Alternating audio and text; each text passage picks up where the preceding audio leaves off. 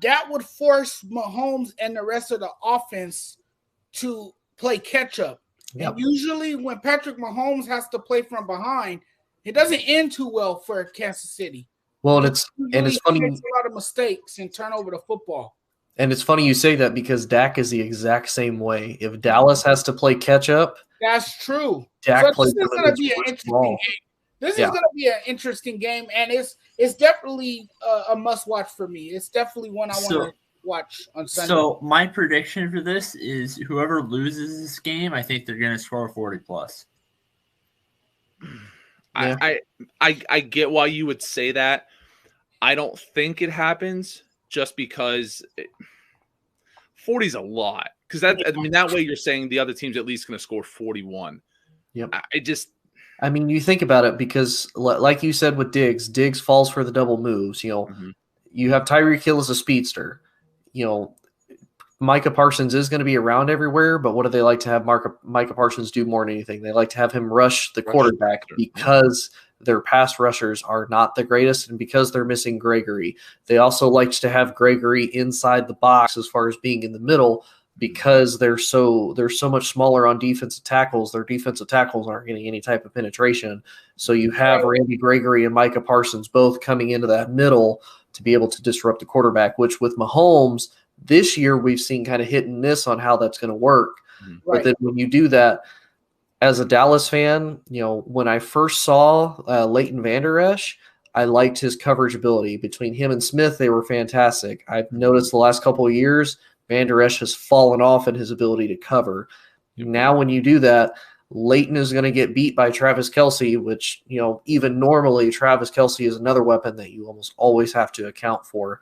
And like you said, then you have McCole Hardman, who, if anything, he kind of reminds me a little bit of a Dez Bryant in the fact of he will just run straight and he will get the ball, and that's really all you have to do. So I could see the 40 points, but I could maybe more realistically see like in the 30s, and I say that because at least with Dallas, their big thing is I think they're going to be a little bit more successful in running the ball. The big question is will that offensive line be able to contain Chris Jones?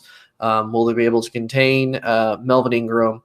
And what is Kansas City secondary going to be like? Because if Dallas isn't able to start running the ball with Zeke and Pollard to some effect, like getting a couple first downs, because we've seen the last couple games, Dallas has not been able to run the ball very effectively. They didn't run it super well against Atlanta. They didn't run it. They didn't hardly run it successfully at all against Denver. And even the game before Denver, it's not like Dallas did really well as far as running it. So last few weeks, they've kind of started to mellow out with that, and they've had to rely more on the passing game. And this week, they could be more successful in that area.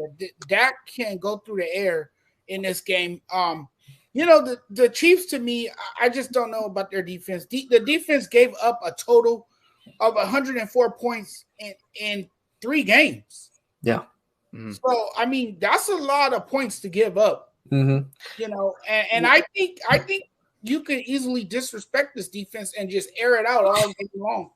And don't forget, too, it's in Kansas City, and Kansas City's known for being crazy loud and just crazy in general. It's a tough place to play. And the weather, too. I mean, we don't know what the weather's going to be like. I mean, Kansas City, you could get 25 to 30 mile an hour winds. You could get rain. You could get snow. You could get all kinds of stuff. The two things I'd like to see the Chiefs do to try and take a little bit of advantage of Leighton Vander Esch and a young Micah Parsons, a lot of draws and a lot of inside screens. I think you're going to see outside screens like you always do to Kelce and Hill and guys like that. I'd like to see draw screens. I'd like to see him kind of bring the pass rushers from the outside, Micah Parsons coming from the outside, Leighton Vander Esch dropping back with Travis Kelce and trying to take advantage of that Dallas defense more in the middle of the field with those plays. I think sometimes when you just when you're a bad team or a bad running team and you try and line up and run the ball, it doesn't work because they know you're not very good. But if you run draws and make it look like a pass play, if you run those short screens, which are basically just extensions of the run game, then it helps kind of lax that up a little bit. So I think whether it's Bieniemy or Reed, I think it'd be interesting to see them run some of those plays. Well, and to be honest with you, that's if you've ever noticed a lot of teams that typically have success against Dallas, it's teams that run a lot of screenplays, which has always been Dallas's Achilles heel for the last 10 plus years. Which is what New England did to almost beat them. A lot of screenplays, a lot of success with that. Yep. And that's part of why when I was watching it, I was like, this is Dallas's game to lose with how they're playing. Another game I want to talk about real quick, because I heard a statistic earlier, and it's actually really interesting. So we have Green Bay versus Minnesota for the first time this year. And so Aaron is going up against Kirk Cousins. Do you guys know that Kirk Cousins is 3-3-1 against Aaron Rodgers in his career? So, yeah, which is extremely surprising. So to you guys, do you think that if Minnesota is able to get the win, that is going to kind of secure them being able to secure one of those wild card spots for the playoffs? Minnesota was one of the teams I was most interested in going into the season. I loved their offense. I loved what they did in the draft with addressing the offensive line with Christian Darrisaw, and then I can't think of his name, the guard from Ohio State. Wyatt Davis, I think, in the 3rd or 4th round. Again, with Dalvin Cook running the ball, with Thielen, with Jefferson, with all this stuff. Cousins is what he is as a quarterback. Zimmer's had a lot of success versus Rodgers, too, in trying to stifle him. He's talked about the respect he has for Zimmer because of the game plan they come up with. Harrison Smith is off the COVID list. He will presumably be back for this game, which is a huge asset for them, especially knowing Green Bay is going to be without Aaron Jones. I think if Minnesota is able to win this game, I think it absolutely puts them in the position. Don't forget, just this past weekend, Atlanta had the 7th spot, and we saw what Atlanta was. I mean, that last spot, at least the last spot in the NFC, is going to be up for grabs with some teams who are going to be teams people look at with side eyes and be like, oh, what, really? They're a playoff team? Well, somebody's got to get in. I mean, they beat the Chargers last weekend on the road. So, I mean, go from there how you will. But I think Minnesota has a real chance in this game. And again, 1 week doesn't make a season, but with Rodgers coming off the COVID list, we saw them put up 17 points against what I think is a pretty bad Seattle team in general. So traveling on the road, division rival, they're getting their arguably best defensive player back, and that offense seems to be progressing in the right direction. Yeah, I think Minnesota, this could be the turnaround for their season. Yeah, I'd agree with that, because, I mean, like you said, they faced a really bad Seattle team, and it's not like Aaron Rodgers was hot-handed against what I thought he would be with Seattle. You know, he threw an interception. He didn't throw a single touchdown. I think he didn't even touch the 300-yard mark as far as passing goes. And then, they lose one of their top running backs. I agree with the Minnesota being one of the most interesting.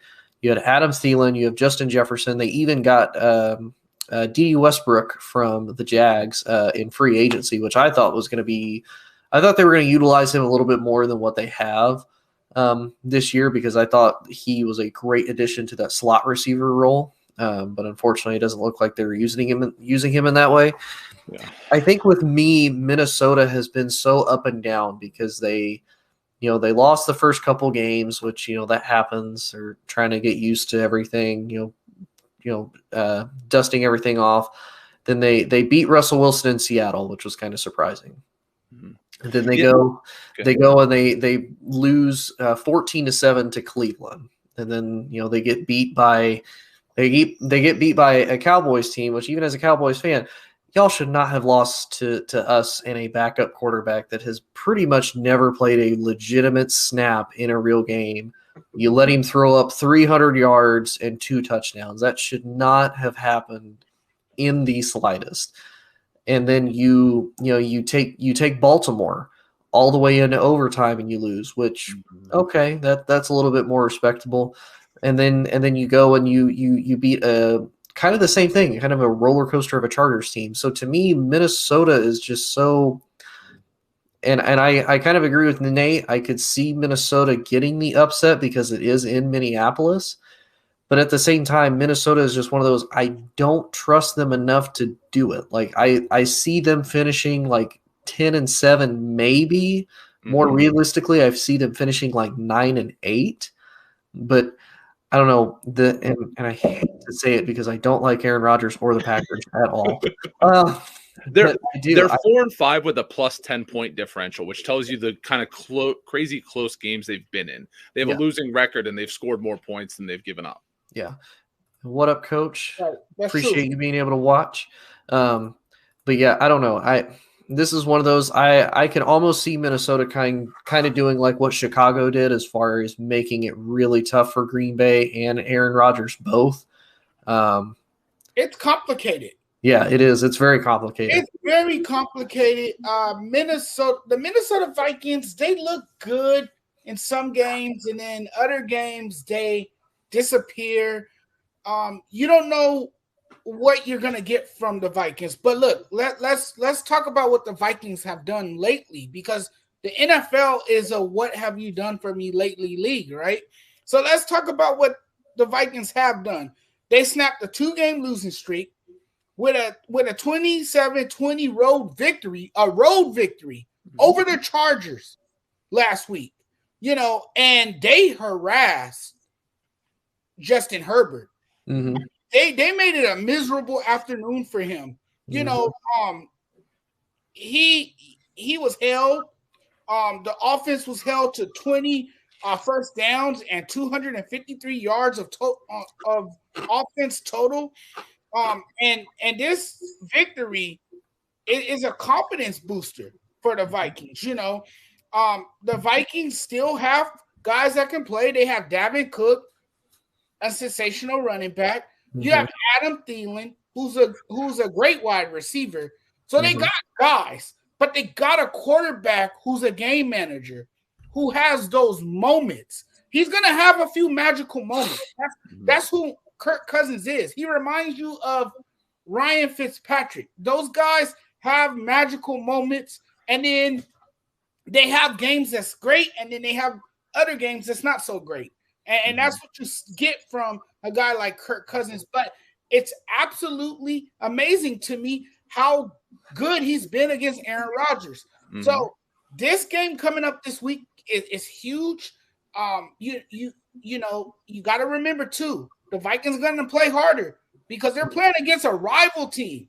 This is a big rivalry game. So the Vikings are going to play harder. So yes, they could come away with a win. And remember, it's any given Sunday. Yep. The Minnesota Vikings, to use an analogy, because I am very annoying with my analogies, they're a Toyota Corolla. They're a car. They're not the nicest car. They're not a beater car. Right. You're going to get frustrated because you're going to have to replace a few things, and maybe the turn signal will stop working for a while. But all in all, they're going to get you where they need to. And that reminds me right there of what the Vikings are. They're not the most dependable vehicle on the road, but they're something that you can trust most of the time, and they're going to frustrate you at other times. I like that. Yeah, I kind of agree with that. All right, Jen. So let's kind of move into some NBA topics. And again, Freddie's not here, so even though I feel like once we start talking about this, Freddie will magically appear. Do you guys think that with LeBron James coming back now, do you think that is going to basically be the difference maker for the Lakers? Because right now they're losing 92-103 with a little over 8 minutes left in the fourth. Yeah, so the game's not over, but yeah. It's not by any means. Yeah. Do you think that with LeBron now, the Lakers are finally going to be able to turn everything around and at least get up to maybe the 4th or 5th seed in the West? Or do you think that there's still more underlying issues in what the Lakers need to do? Jonathan, since you're our resident Lakers fan and you are also objective much to Freddie's dismay, and much to most of our fans' dismay, because they don't believe that you're actually a Lakers fan, even though you are.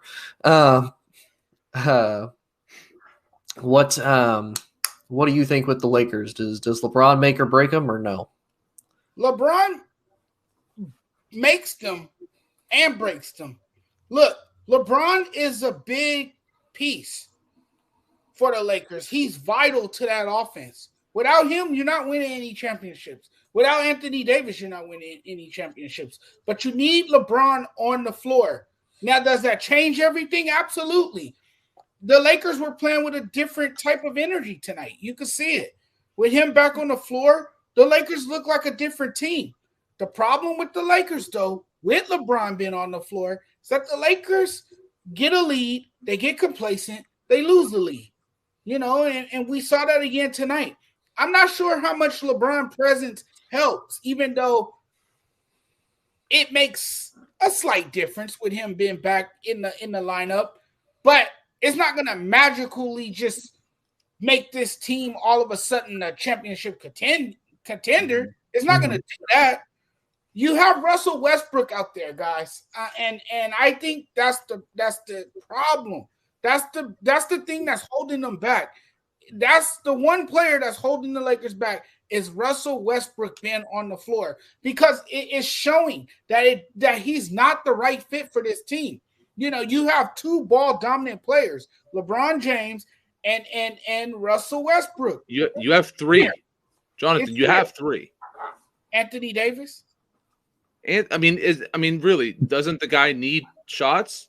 He needs touches as well. So you really have three ball dominant guys. Right. And I just don't think the chemistry's there, guys. So I don't think LeBron really makes that much of a difference, even though it helps with his presence being on the floor. Do you make it or yeah, you can go for it. Okay. Again, I brought it up the other night. There was like 7 of us on, so I don't know how much anybody heard. But to me, there's certain guys who are just like, they're superheroes. They're the top of the top. They're the actual superstars in the league. To me, there's only a handful of them. By a handful, I mean no more than 5. And Russell Westbrook is not a superstar, in my opinion. He is a star that people know. Superstars are the top echelon of what I think in any league of what they are. The difference is Russell Westbrook thinks that he's Batman, but he's Robin. And he can't look himself in the mirror and not see the bat suit on. And that's the biggest issue. And when you play with other players, the Buddy Hield trade, which has been talked about, made the most basketball sense when you're looking at a team. The problem is, and this is a problem that comes down to not just the Lakers, but other teams have had this problem, and not just LeBron James, because other players have had this problem. It's about player empowerment versus team success. And sometimes they work, but most of the time they don't. And I'll give you a perfect example about a player who's on the Lakers currently. It's Carmelo Anthony.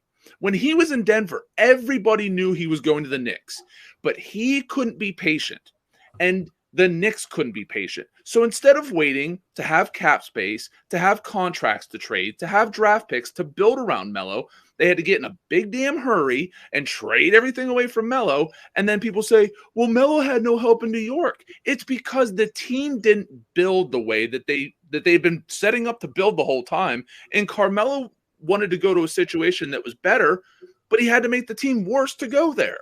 So again, this isn't the first time we've seen it where players control how a team is built and have it blow up in their face. The difference is LeBron James is one of the 3 most recognizable athletes in the Western Hemisphere, and everything gets laid at his feet. None of these moves get made without him. I would much rather have a Buddy Hield on this team that even if let's say he doesn't work out, if he just, I think right now he's shooting like 47% or some ridiculous number on threes. Let's say he's not doing that in LA. What do you think is easier to trade? Buddy Hield for another contract or Russell Westbrook? Jonathan, you're a Lakers fan. Who are you going to be able to flip for somebody? Would you rather be able to trade Buddy Hield and a pick for a veteran that you think will fit, or Russell Westbrook, who you couldn't give enough first-round picks attached to get rid of right now? Yeah, would Sacramento take Russell Westbrook for Buddy Hield and whatever contracts he used to fill in? No. Hell no, they ain't taking them. They're really gold. They might, because think about it. Sacramento's kind of in one of those positions. You gotta have a big star there. If they want to bring in other people, they gotta have a big De'Aaron star. Fox and Buddy Hield. How many first rounders the Lakers got to give up? Are they gonna? Is it just going to be named the Sacramento Kings Stadium of the LA Lakers? Is that what they're going to have to pay to get it? Yep. Yeah, and I kind of agree with you, because and Freddie, Freddie's a little blinded at times by the purple and gold.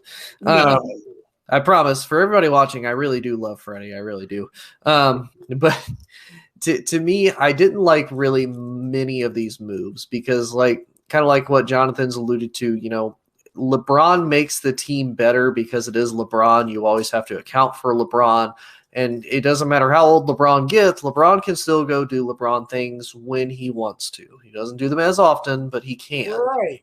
And when you have a guy like LeBron James, who he can take over the game, now he's trying to do kind of that more game manager role of like, he wants to take over. Yes. He's like, hey, you do this, and you do this.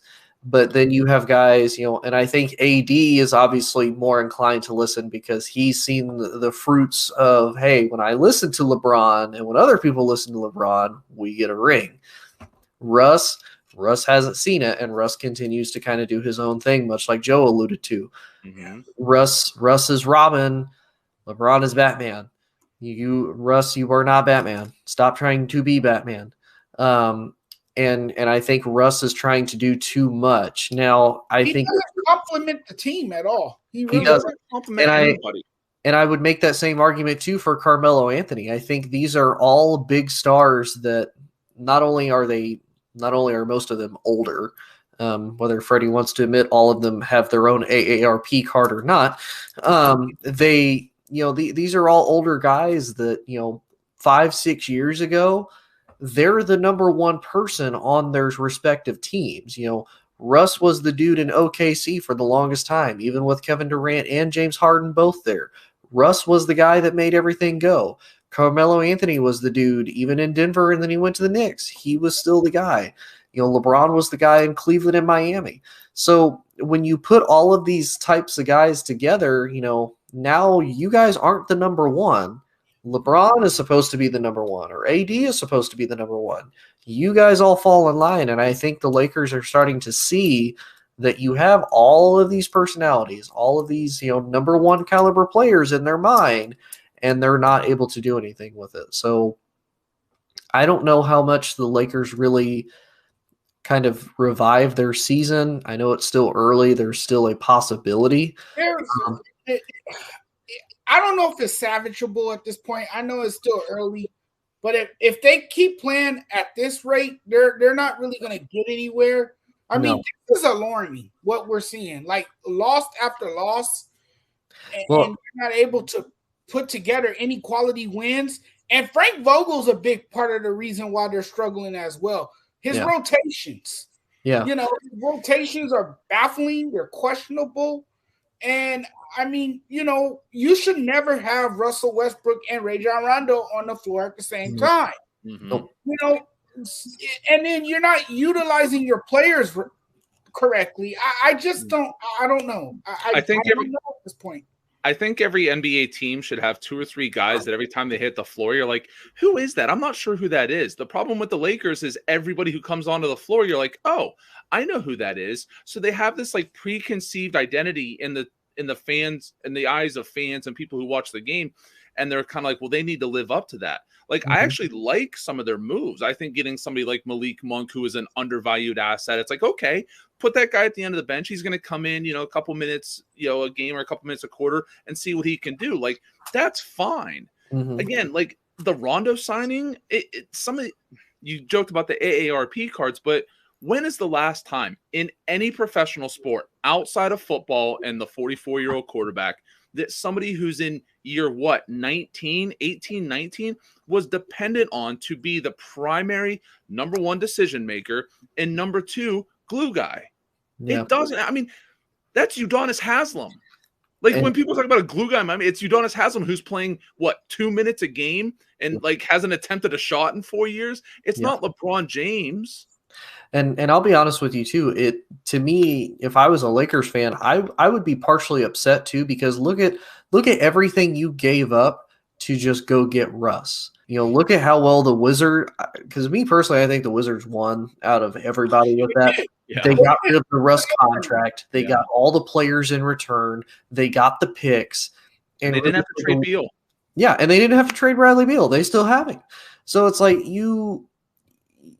for the Lakers, it's like you have a couple young guys there, like you have the pieces. You'll still have AD probably if he can stay healthy, but really you've given up everything. It's like to me, this was almost like a desperation thing. Like, we need to put all of our chips in the pot right now. We need to go all out and get another ring. and we're going to do it with a bunch of veteran guys that have been established. But really, look at all the guys that they brought in. How many of them won a ring? None of them. Right. None of them. They're Rondo, old, that's it. and I don't know. I have a question for you, Jonathan, because I've been somebody who's been really critical of Anthony Davis. I don't think he's a superstar. Right now, if you had to trade, would you trade Anthony Davis or would you trade Russell Westbrook? I would trade Russell Westbrook. Mm-hmm. Don't you think that you would get – for two reasons, though. Go ahead. For two reasons. Here's one reason. Russell Westbrook is already old, and secondly, he throws off chemistry. Mm-hmm. And nobody's going to take Russell Westbrook's contract either. Nobody else is going to absorb that. So in that and that's put themselves in a situation. You're right. But that's also part of the reason I would say Anthony Davis. I think you could actually get more pieces around that you could bring players in who could help you compete and be a championship team. Because I'm sorry, Anthony Davis, to me, he doesn't have it. He doesn't like a guy that's that big. All I keep hearing is, oh, he was a point guard and he was so good and he can, and his handles. And listen, you can have all the physical tools in the world, but if you don't have it in here, you just don't have it. And I'm not sure that Anthony Davis, like everybody talks about, oh, LeBron's going to mold him and he's going to take over and he's going to be the number one guy.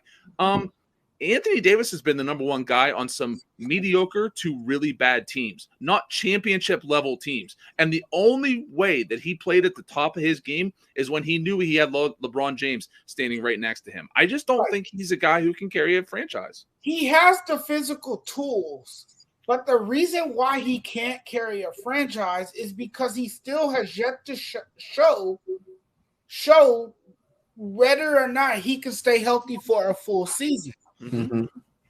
But my question is, who does Anthony Davis make better? Because we argue LeBron James makes everybody around him better. We could even argue at times Russell Westbrook, when in the right offense, has made players around him better. When's the last time that we talked about Anthony Davis making the players around him better? Haven't we all, like when him and Boogie Cousins were together? We don't really. We don't. Yeah, the only person I could maybe see would be Boogie, because honestly, if you look Boogie, and part of it is because Boogie keeps getting hurt. You know, when was the last time Boogie Cousins was really, Boogie Cousins? It was Anthony when he was AD. More of a scorer. Yeah, he's a big man who looks intimidating because of his size and his ability to shoot and get to the basket, and even get some blocks here and there. Yeah. I mean, I'm a Pacers fan.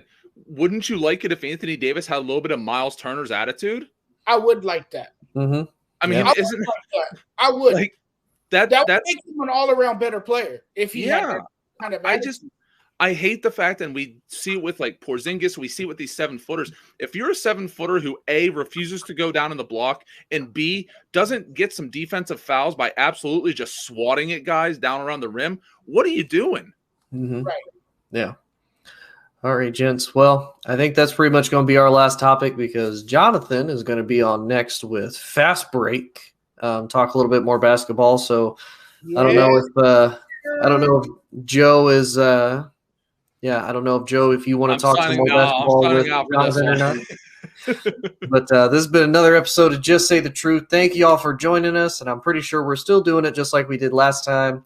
For our viewer of the month, get a free t-shirt, which Jonathan and I, neither one have, and I don't think Joe does either. You can buy them on the ASAP. I'm busy buying graphic tees like these. Right, I know. Can't be as good. But again, thank you all for watching. Please follow us. Please subscribe. Let your friends know. Share every chance that you get. We've enjoyed having y'all. Thank you again to Joe for joining us on Just Say the Truth. It has been a blast with you, sir, because I've spent the last couple hours with you, and it has been a blast talking sports with you. It's always fun, and I can't wait to be back. Always a pleasure, Joe, and always a pleasure, Tony. Hey, enjoy that nice cold weather out in L.A. Oh, yes. Make sure our kind of cold, right? The Cali type of cold. Yeah, make sure you throw on a winter jacket for us. We don't want you to freeze. He does. Look at all those shoes in the background. He doesn't have the money for a winter jacket. All right, y'all. This has been another episode of Just Say the Truth. We will see y'all next week. Bye-bye. Whole sports all plays. Whole sports all plays. Whole sports all plays.